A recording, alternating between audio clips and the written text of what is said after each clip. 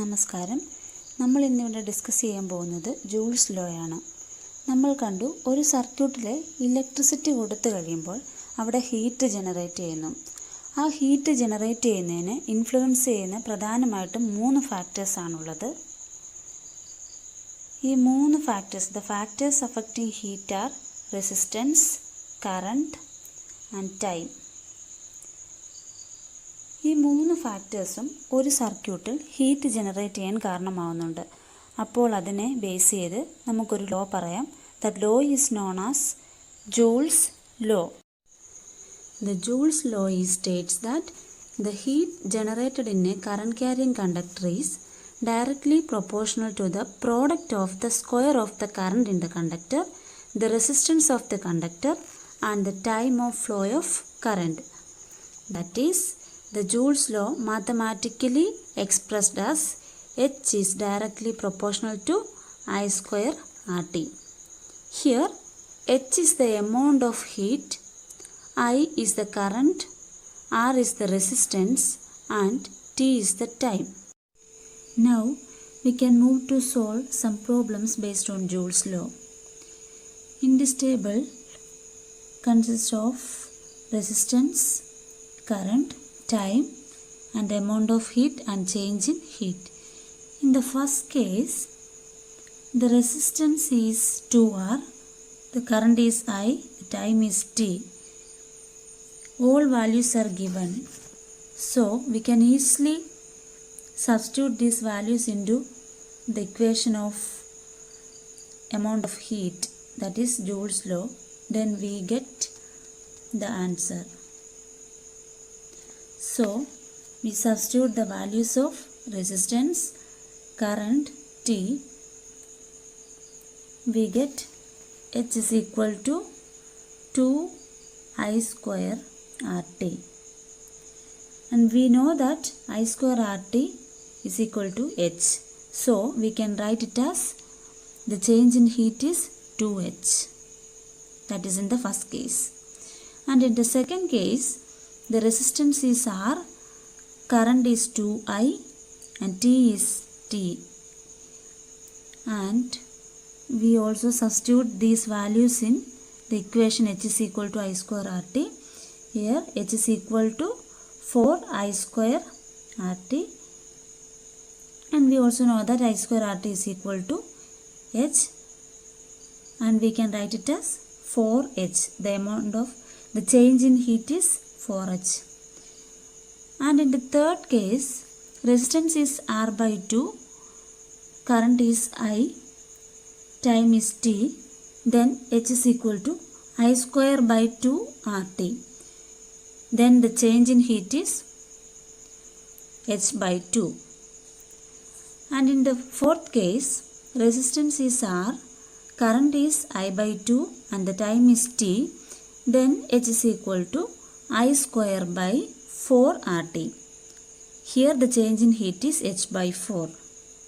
And in the fifth case, resistance is R, current is I, time is 2T. Then the amount of heat is H is equal to 2I square RT. Here the change in heat is 2H.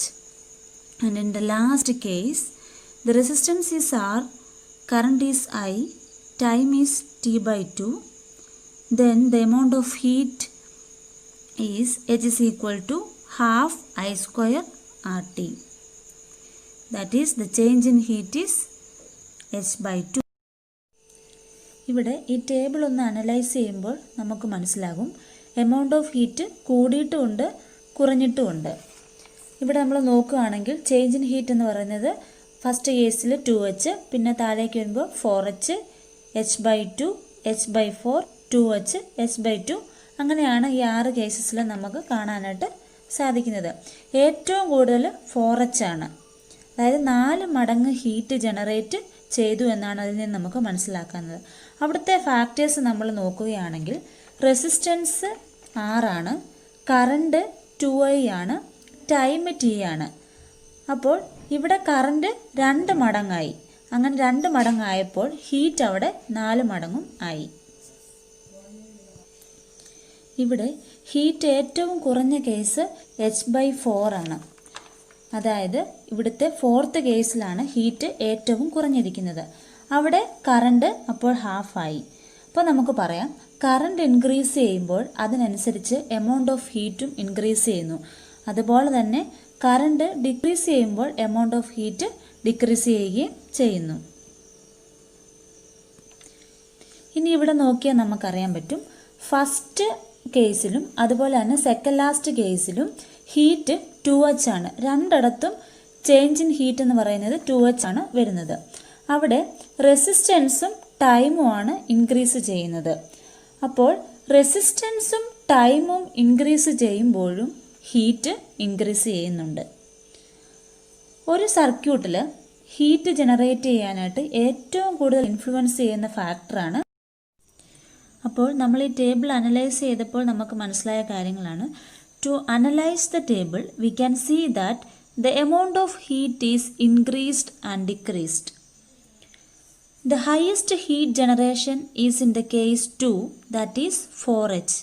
The factors current is 2I and heat is 4H. The heat generation is lowest in the case 4, that is H/4. And we can conclude that when the current increases, amount of heat also increases. When the current decreases, amount of heat also decreases. In the first and second last case, the heat is same, that is 2H. Here, resistance and time increases. So, when the resistance and time increases, the heat also increases. Let's do an experiment to observe the relation between the heat developed according to Joule's law and the current, resistance and the time for which the current flows. ഇവിടെ 2 beaker എടുത്തിട്ടുണ്ട്, എയും ബിയും. അതിൽ almost same amount water ആണ് എടുത്തിരിക്കുന്നത്. ഇവിടെ PQ എന്ന് പറഞ്ഞത് നിക്രോം വയറും RS എന്ന് പറഞ്ഞത് കോപ്പർ വയറുമാണ്. സെയിം തിക്നെസ്സും സെയിം ലെങ്തുമുള്ള 2 വയേഴ്സാണ് PQ and RS. But material വ്യത്യാസമുണ്ട്. ഒരു ബാറ്ററി കണക്ട് ചെയ്തിരിക്കുന്നു, ഒരു റിയോസ്റ്റാറ്റും ഉണ്ട്. അവിടെ കറണ്ടിൻ്റെ മെഷർമെൻ്റ് എടുക്കാനായിട്ട് ഒരു അമീറ്ററും കണക്ട് ചെയ്തിരിക്കുന്നു.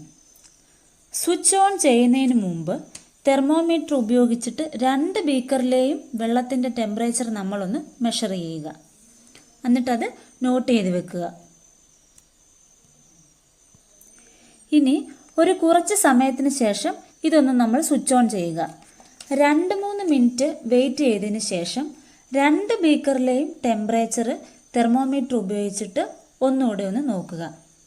അപ്പോൾ ഏതിലായിരിക്കും പെട്ടെന്ന് തന്നെ ഹീറ്റ് കൂടുതലായിട്ട് കാണപ്പെടുന്നത്? നമുക്കറിയാം ബീക്കർ എയിലായിരിക്കും ഹീറ്റ് കൂടുതലായിട്ട് കാണപ്പെടുന്നത്. കാരണം ഇവിടെ നമ്മൾ ഉപയോഗിച്ചിരിക്കുന്നത് നിക്രോം വയറാണ്. നമ്മൾ നേരത്തെ പഠിച്ചതാണ് നിക്രോം വയറിന് ഹൈ റെസിസ്റ്റൻസ് ഒക്കെ ഉള്ളതുകൊണ്ട് അത് പെട്ടെന്ന് ഹീറ്റ് ആകുമെന്ന്. ബീക്കർ ബിയിൽ ഹീറ്റ് ആകുന്നുണ്ട്, പക്ഷേ അതിനേക്കാളും കൂടുതലായിട്ട് ബീക്കർ എയിലെ വാട്ടറാണ് ഹീറ്റ് ആകുന്നത്. സ്വിച്ച് ഓൺ ചെയ്യുമ്പോൾ ഒരു പർട്ടിക്കുലർ കറണ്ട് 2 ബീക്കറിലൂടെ പാസ് ചെയ്യുന്നുണ്ട്. ഈ റിയോസ്റ്റാറ്റ് അഡ്ജസ്റ്റ് ചെയ്ത് ഈ കറണ്ടിൻ്റെ വാല്യൂ ഒന്ന് കൂട്ടുക.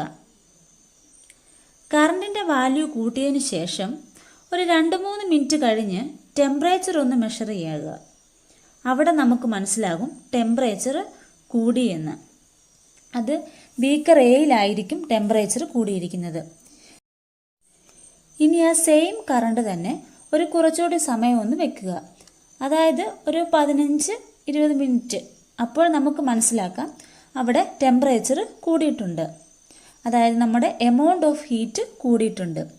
ഹീറ്റ് ജനറേറ്റ് ചെയ്താണ് അവിടെ കൂടിയിരിക്കുന്നത്. ഇപ്പോൾ കറണ്ട് കൂടുന്നതിനനുസരിച്ചും ടൈം കൂടുന്നതിനനുസരിച്ചും റെസിസ്റ്റൻസ് കൂടുതൽ ഉണ്ട്. ഈ 3 കേസിലും അവിടുത്തെ ഹീറ്റിൻ്റെ എമൗണ്ട് കൂടിയിട്ടുണ്ട്. അപ്പോൾ ഈ എക്സ്പെരിമെൻറ്റിൽ നിന്ന് നമുക്ക് മനസ്സിലാക്കാം the heat generated in A conductor is depends on the resistance, time and the current. അതുപോലെ റിയോസ്റ്റാറ്റ് ഉപയോഗിച്ച് കറണ്ട് ഇൻക്രീസ് ചെയ്തു.